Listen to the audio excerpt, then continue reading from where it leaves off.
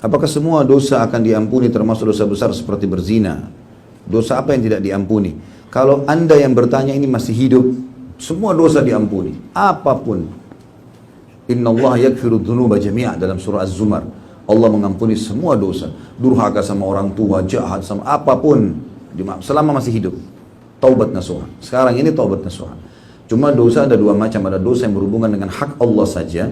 Seperti kasus misalnya tidak sholat, ya, tidak puasa. Itu haknya Allah. Kalau teman-teman taubat nasuha kepada Allah, Allah maha pengampun.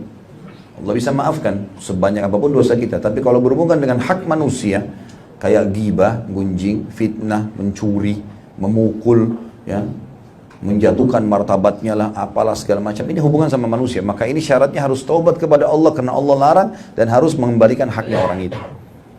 Memperbaiki namanya kah, mengembalikan barang yang pernah dicuri kah, itu harus. Allah Subhanahu wa taala menjadikan dosa di antara kita itu adalah kita yang selesaikan. Tapi kita harus taubat dengan Allah Subhanahu wa taala. Ya. Tapi dosa dengan dia langsung dengan Allah, maka Allah akan maafkan. Ya. Jadi ini Allah Subhanahu wa taala akan maafkan walaupun berzina berulang-ulang, walaupun membunuh berulang-ulang, semua ini insya Allah akan dimaafkan oleh Allah. Yang tidak diampuni teman-teman sekalian, kalau orang meninggal tidak sempat taubat. Ini pun dibagi dua lagi oleh para ulama ahli sunnah wal jamaah. Kalau dia berbuat dosa selain syirik, selain kekufuran, selain kemunafikan, ya, dalam arti kata betul-betul dia muslim tapi dia punya dosa-dosa, maka ini namanya selain kemusyrikan, artinya tidak menyekutukan Allah. Kekufuran dan kemunafikan ini jelas-jelas sudah tidak mungkin, gitu kan? Maka masih tahta masyiatillah, di bawah naungan Allah. Misal dia meninggal berzina tidak sempat taubat, misal dia beriba tidak sempat taubat, maka ini masih ada kemungkinan dia akan dimaafkan oleh Allah Subhanahu wa taala. Di bawah masyiat. Kalau Allah ingin Allah maafkan, kalau Allah ingin Allah siksa. Ya. Tapi kalau perbuatan dosa syirik, kufur, ya, munafik ini tidak dimaafkan oleh Allah. Ini meninggal jelas ahli neraka yang kekal. Orang munafik di sini maksudnya adalah orang yang betul-betul pura-pura Islam, bukan orang yang ada padanya ciri. Karena hadis yang berbunyi misalnya tanda-tanda orang munafik 3, kalau dia berbicara dia bohong, kalau dia diberikan amanah dia berkhianat, kalau dia berjanji dia pungkiri. Ini tanda-tanda. Bukan berarti dia orang munafik. Kalau dia terus membiarkan itu pada dirinya, dia akan pindah kepada munafik yang besar. Munafik yang sebenarnya adalah yang kekal di api neraka, munafik yang pura-pura Islam. Dia pakai nama Islam, dia pakai kedok pakaian Islam, tapi dia bohong. Seperti di zaman Nabi SAW, pimpinannya namanya Abdullah bin Abi Salul. Abdullah, hamba Allah namanya. Tapi pimpinan orang munafik. Maka jangan terpengaruh dengan nama-nama mereka. Namanya bisa Yusuf, bisa Ahmad, bisa Fulan nama Islam. Tapi itu tidak boleh jadi tolok ukur. Intinya, ketahuannya mereka kalau Islam bilang A, dia bilang B. Allah bilang dan Rasulnya tidak boleh, dia bilang boleh. Allah bilang boleh, dia katakan tidak boleh. Dan dia bertolak belakang dengan hukum-hukum Allah. Ya. Itu gampang dikenal tentunya. Kemudian orang kafir jelas. Kafirnya ada dua macam.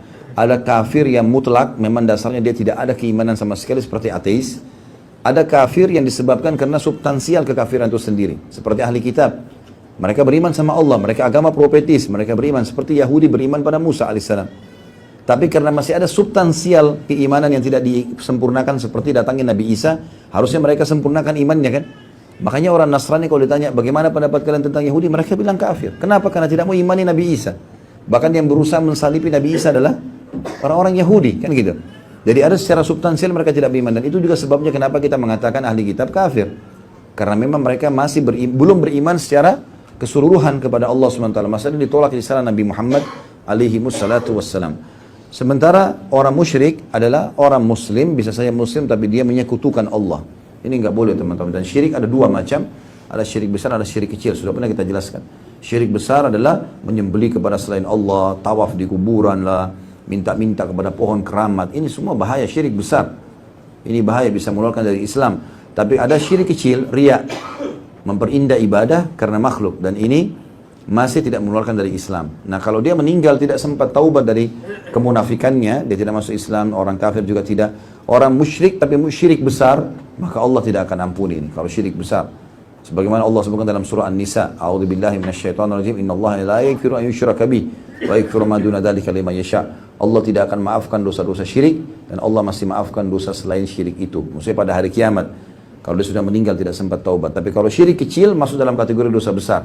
Kayak riya misalnya. Karena riya itu misalnya orang sholat, dia berindah sholatnya hanya karena makhluk di sebelahnya. Ada manusia di sebelahnya. Maka amal itu saja yang hancur. Amal lain tidak ada pengaruhnya. Kalau syirik kecil, riya. atau berbangga-bangga menceritakan amal-amal solehnya gitu kan. Tapi kalau syirik besar ini bahaya. Allahu a'lam. Itu yang saya